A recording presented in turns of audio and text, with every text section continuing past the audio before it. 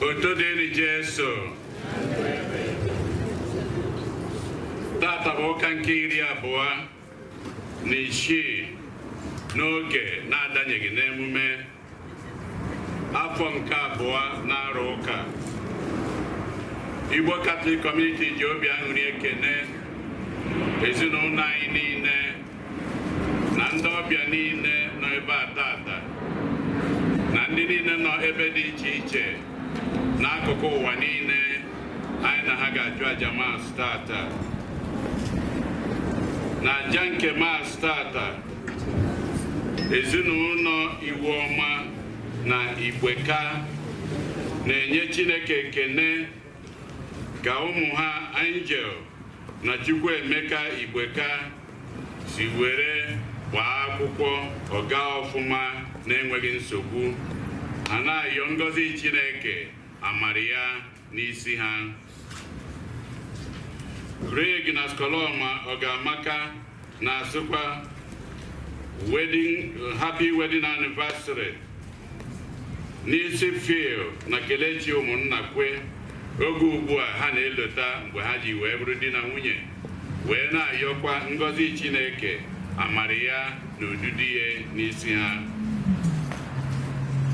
Ike obodo na ụmụ ya na-enye Chineke ekene n'ụzọ pụrụ iche n'isi nwunye ya nke iru obodo, onye nke na-elota mgbe eji were mụọ ya, were na-ayọ ka Chineke na-abawanye aṅụrị n'ime ndụ ya niile na ezinụlọ ya. Adak Mmụọgbo Ọba na-ayọ maka mkpụrụ obi Gabriel Ezeọba, Caroline Ezeọba, Cordelia Ezeọba, Regina Ojukwu na Ezenna ya Ezeọba. Don na Chigoziri Iwuchukwu na-enye Chineke ekene n'ụzọ pụrụ iche oge ugbu a ha na-eme mmemme na-elote ọgụ arọ na ịsaa ha ji wee bụrụ di na nwunye, were na-ayọ ka ngọzi Chineke nchekwebe ya na ududu ya na-abawanye n'ime alụmdi na nwunye ha na ezinụlọ ha.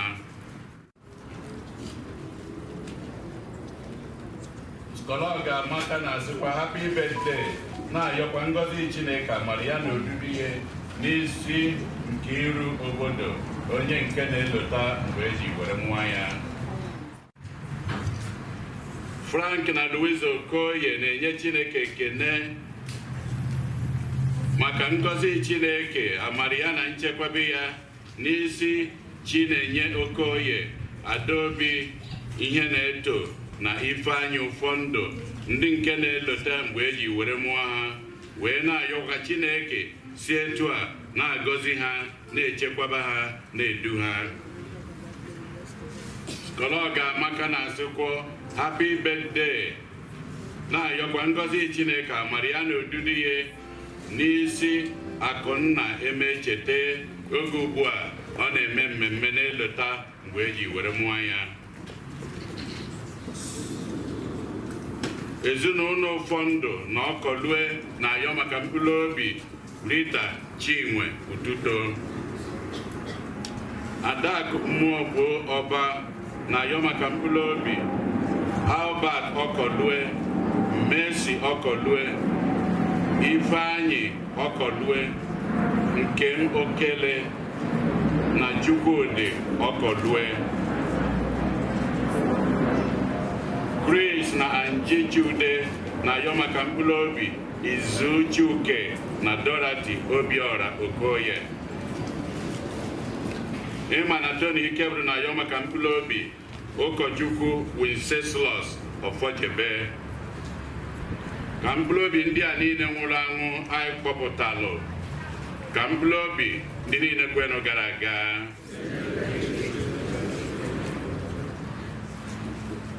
Onye isi nchụaja na aja nke masị anyị tata bụ ụkọchukwu Remi Udeze. Kịta ka anyị niile kwụrụ ọtọ were aṅụrị na okwukwe tiekọta ọnụ na ukwe.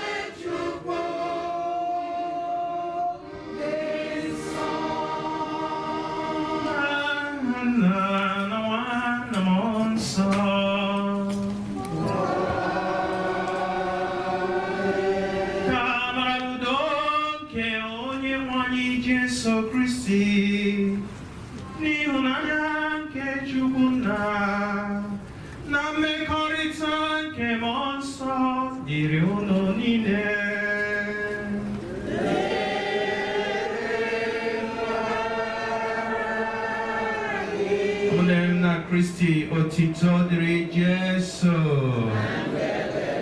Ejim aha dimwana anyị Jesu Christi aha kachasị aha niile.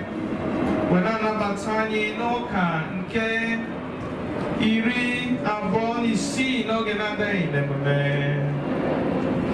Oku a na-akpọ mụ na gị n'ụbọchị nke taa bụ oku ịgba mbọ mee ihe Chukwu chọrọ ka anyị mee.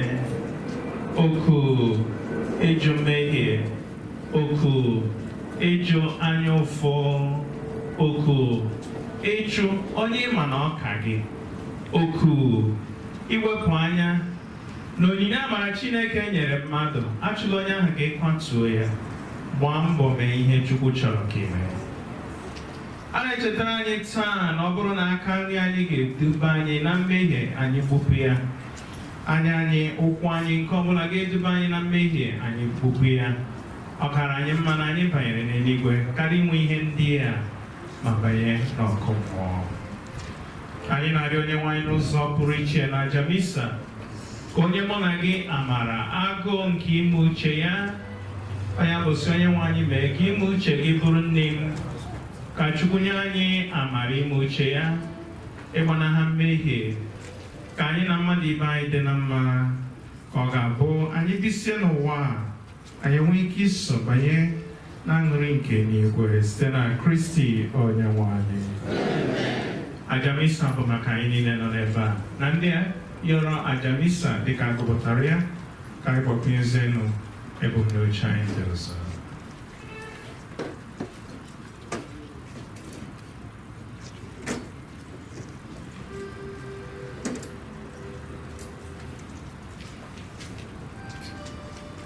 Iji kwadozie onwe anyị nke ọma maka ihe omi nke dị asọ ka anyị kweta na anyị emehiela site n'ikwupụta njọ anyị gara.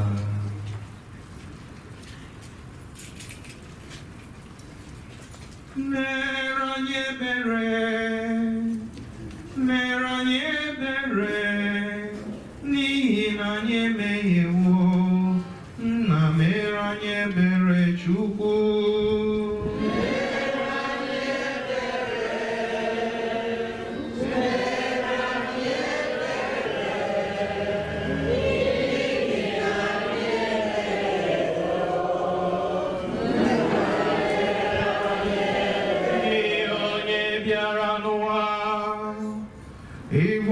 Lord.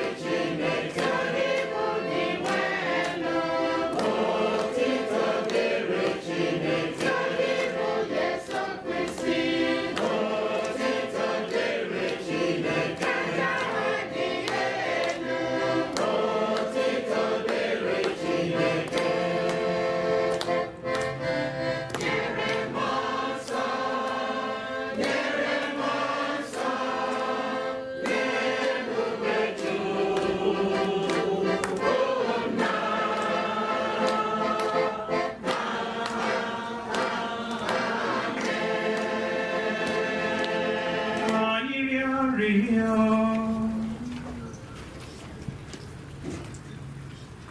Chineke anyị, na nnukwu ebere na mgbaghara gị ka anyị na-egosi ike gị pụrụ ime ihe niile. Biko hụkwasị anyị amara gị na-akwụsị akwụsị.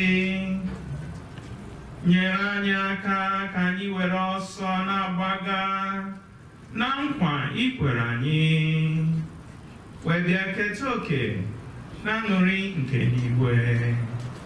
Anyị na-arịọ gị nke a site n'ọdịnwe anyị Jesu Kristi nwa gị, onye gị na ya mmụọ nsọ dị ndụ na-achị eze ebighị ebi ebighị ebi.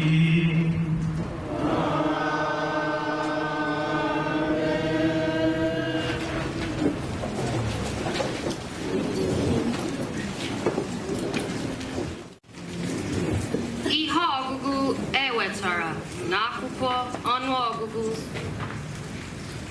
onye nwanyị gbadatara n'urukwu wee gwa Moses okwu. O were ụfọdụ mmụọ ahụ dị n'ime Moses nye 10 ndị okenye asaa ahụ. Mgbe mmụọ ahụ dakwasara ha, ha bidoro buwe amụma. Ugbu a, mmadụ abụọ a na-akpọ Eldad na Medad anọghị n'ọgbakọ ahụ, mana a hapụrụ ha n'ụlọ obibi. E soro dee aha ha n'akwụkwọ, ma ha esoghị pụta n'ụlọ ikwu ahụ. Ma mmụọ ahụ bịakwara dakwasa ha. Ha wee na-ebu amụma ebe ha nọ n'ụlọ obibi. N'ihi ya, mgbe otu nwata bụ okorobịa gbara ọsọ kọrọ Moses, Eldad na Medad na-ebu amụma n'ụlọ obibi.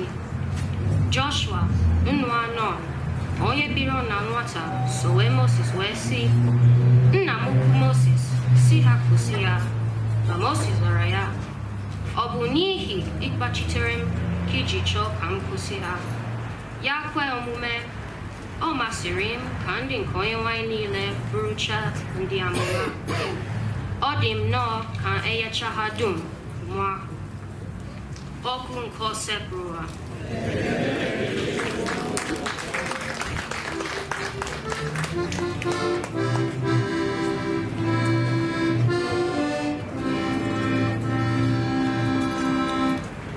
Abụ ọma na azịza ya.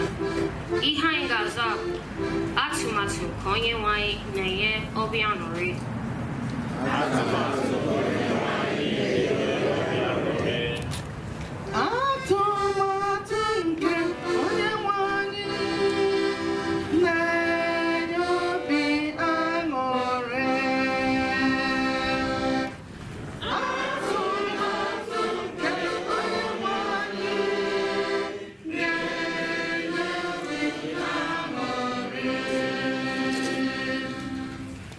Iwu nke Onyenwe anyị zuru oke, ọ na-agba anyị ume. Atụmatụ nke Onyenwe anyị kwesịrị ntụkwasị obi, ọ na-enye onye umeala amamihe azịza.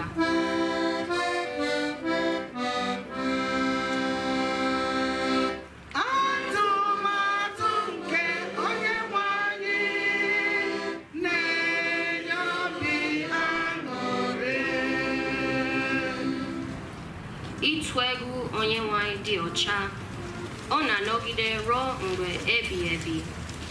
Ihe nhazi nke Onyenwe anyị bụ eziokwu, ha dum zichara ezi azịza.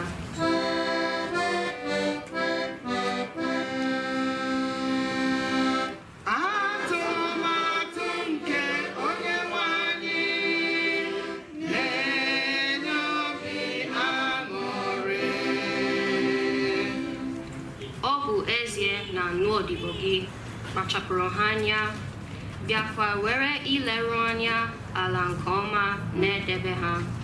Ma ọ bụ onye nwere ike ịchọpụta mgbadara, uche m na mmehie m mere na-amaghị ama azịza.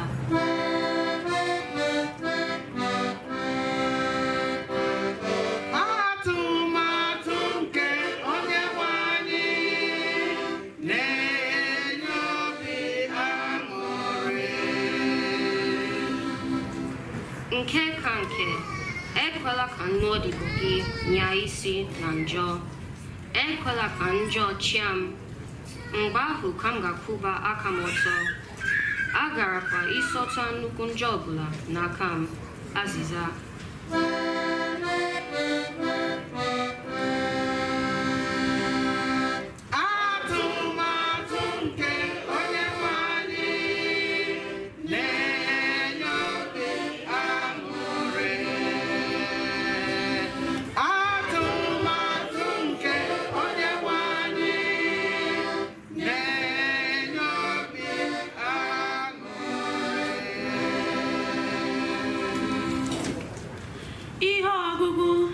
wetara na akwụkwọ ozi James dere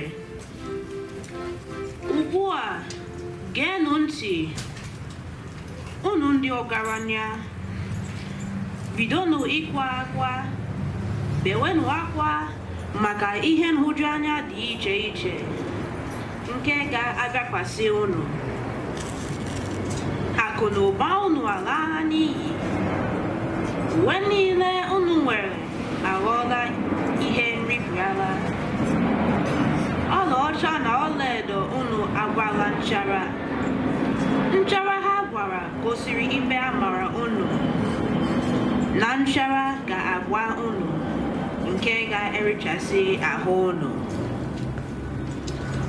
akụ na ụba unu chekwawara ga-abụrụ unu ọkụ na-ere pịapịa n'ụbọchị ikpeazụ lee unu ghọgburu ndị ọrụ gburu ala n'ubi unu geenụ ntị nụrụ akwa ụgwọ ọrụ ha unu jidere na mmegbu ghọtanụ na iti mkpu nke ndị na-ewere unu ihe n'ubi erutela na ntị Onyenwe anyị nke igwe ndị agha unu na-ebi ndụ oriri na nkwari nke ahụ ga-eme ka obi na ahụ unu maa abụba maka ụbọchị mgbore unu mara ndị mmadụ ikpe na-amaghị ha bịakwa bufo ha na nkịtị ọ bụ ezie na ha adọghị onwe ha mgbe ha guzoro n'ihu unu ọkụ nkọsebrụwa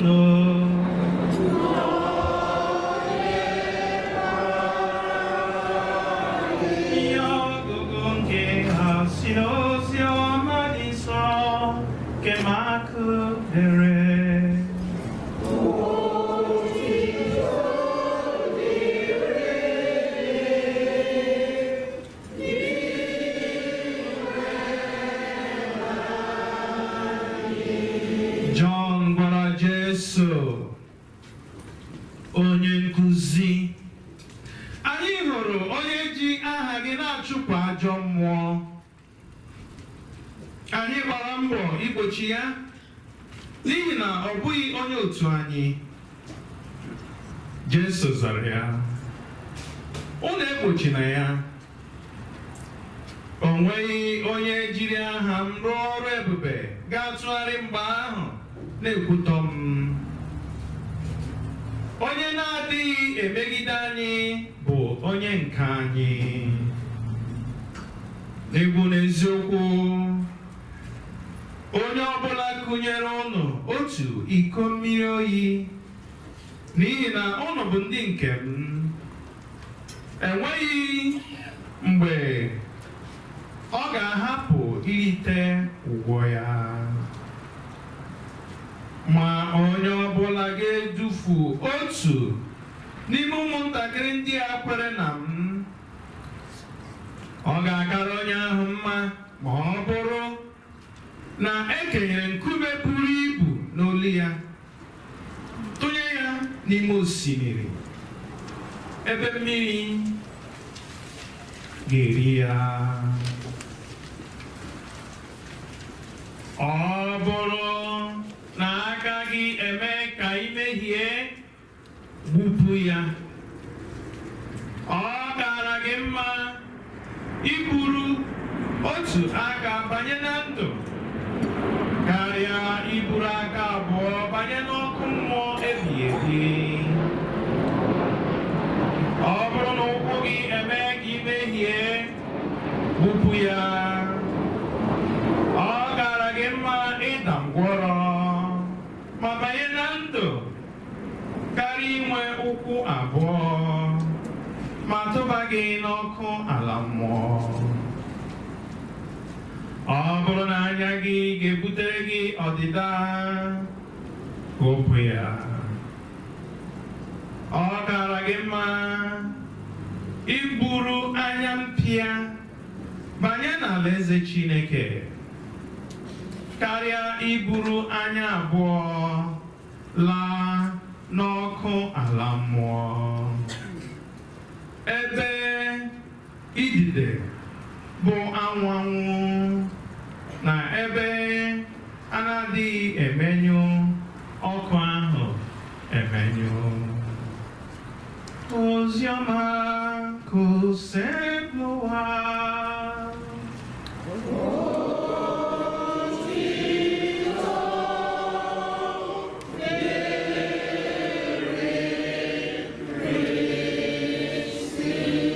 Anyị si n'oziọma anyị nụrụ nweta mgbahara nke njọ.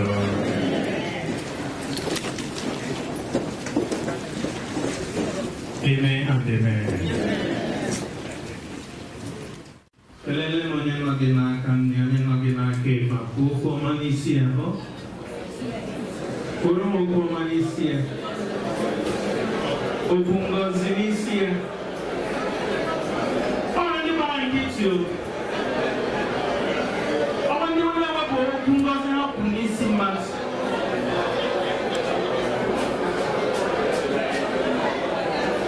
Amen and amen.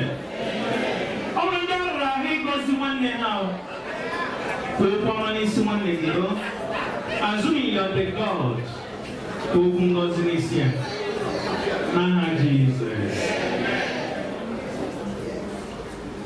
Si ya na ọ ga-adịrị ya na mma.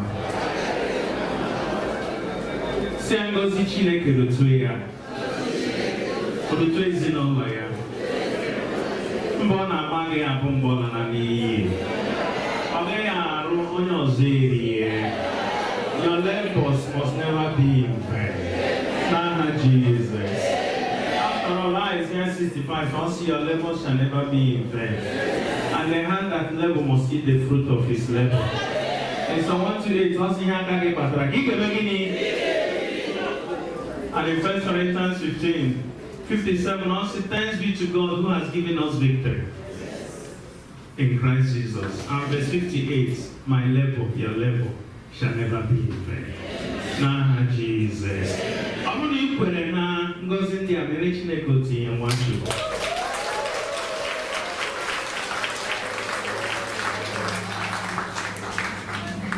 Amen and amen. Ọ bụghị ma na ihe metụtara gị metụtara Chukwu. Ọ chọọ ka anyị laa n'iyi.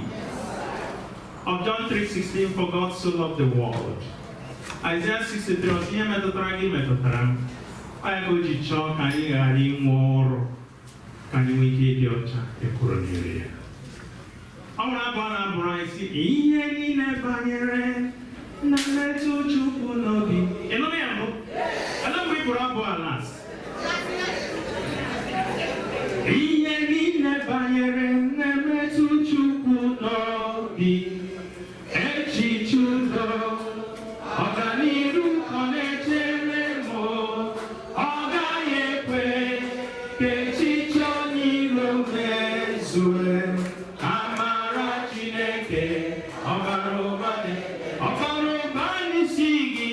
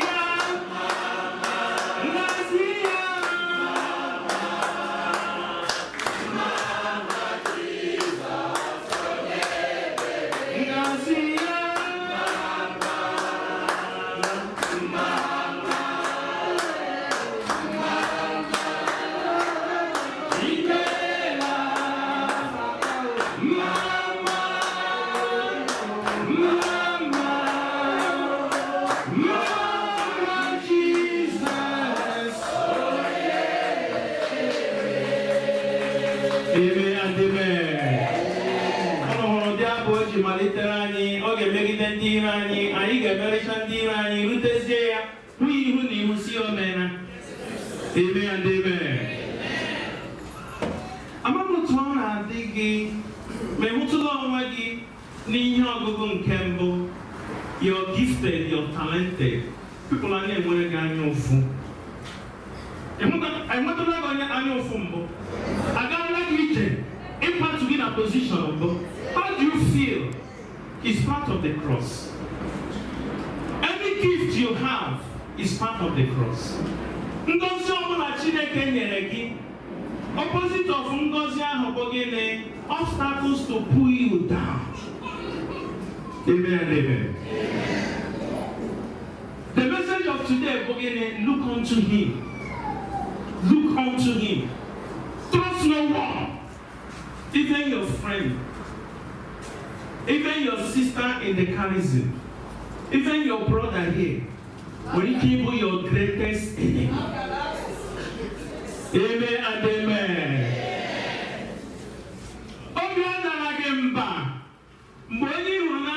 When your greatest enemy, it is part of the cross. It is what? It is part of the cross. After all, in Mark 1 and in Matthew 3, when Jesus got in with Jesus, oh my God, no matter Igbo, I see, oh, no, but I cannot,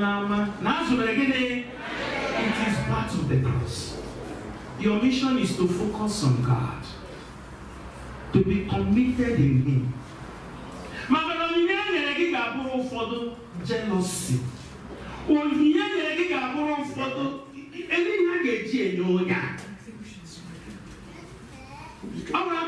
Sometime.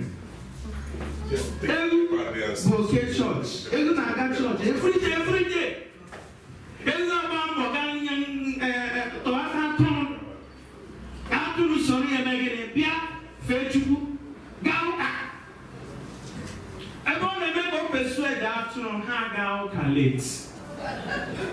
Amen, amen. So, my God,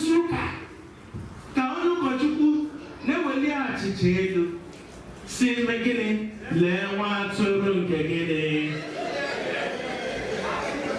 for the very first time, one ton of yoga. Manelu Nabioka, I want you to recognize it. When you are to win your gambling on your soul. Amen and amen. In that continuum, but the one that I see on an evening.